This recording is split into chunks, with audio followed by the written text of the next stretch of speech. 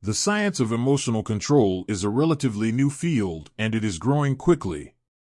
This science and the importance of emotional self-awareness are two topics that are closely related to each other. Emotional control science focuses on the ability to understand, manage, and regulate emotions. Emotional self-awareness is a skill that helps you to understand your own emotions.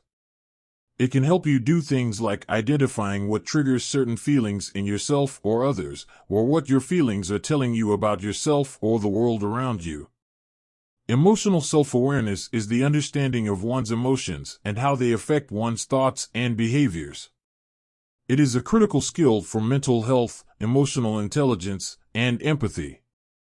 Emotional self-awareness is linked to emotional intelligence, which has been shown to predict success in work and school. The definition of emotional control is having the ability to exercise restraint over your impulses, emotions, or desires at the appropriate time. Everyone has been in a situation where it may have been difficult to exercise restraint or control over our emotions. For example, if you're in a heated argument with a spouse or family member, you may be tempted to say something hurtful that you know you will regret later. Self-control means learning how to control one's feelings.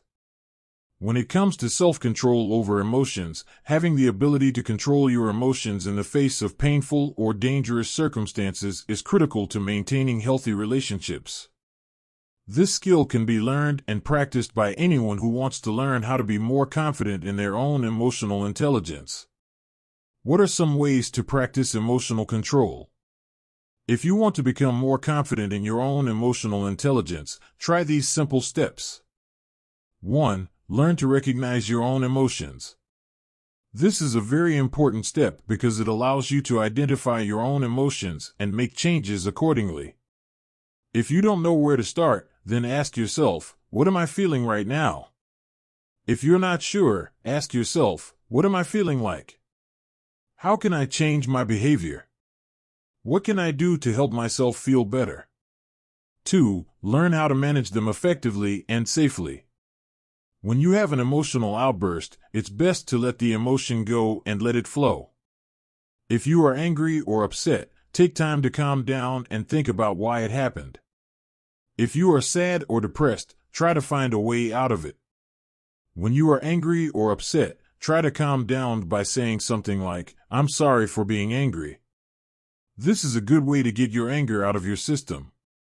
This is also a great way to avoid getting into trouble. It's important to remember that anger is not a bad thing. It can be used as motivation to do better in life. It's okay to feel angry sometimes. But don't let it stop you from doing things that make a difference in your life. The best way to deal with anger is by using it as an opportunity or a tool to help you move forward. 3. Learn how to use your emotions. It's important to learn how to use your emotions and feelings for good. This is called emotional intelligence. A way to manage your emotions in order to be more productive and happier. It is important to know that emotions are not always positive or negative, but they can affect your productivity and performance and can have a negative impact on your career. It is important to understand the difference between positive and negative emotions. If you don't like something, then change it. When you are angry, sad, or depressed, try to avoid it. When you are happy, try to enjoy it. It will help you feel better about yourself and your situation and make you feel better about yourself. If you are feeling down, try to find a way out of it. If you are feeling anxious, try to calm down by taking a deep breath and letting it go.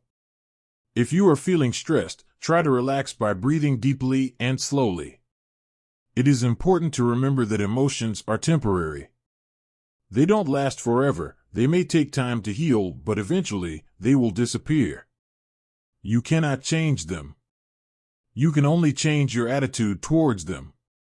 You have the power to choose how you react in situations like this. So, in short, what can I do?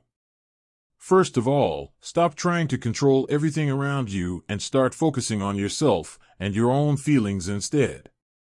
Secondly, be aware of your emotions and make sure you are aware of them when they arise. Thirdly, try to avoid making decisions based on emotions rather than facts or figures. Fourthly, remember that emotions are temporary and should never be taken for granted. Finally, as a piece of advice that changed my life, keep a journal and write down your thoughts about the situation. If you feel sad, angry, or upset, then write it down as well, and use it to help you understand why things happened in the first place.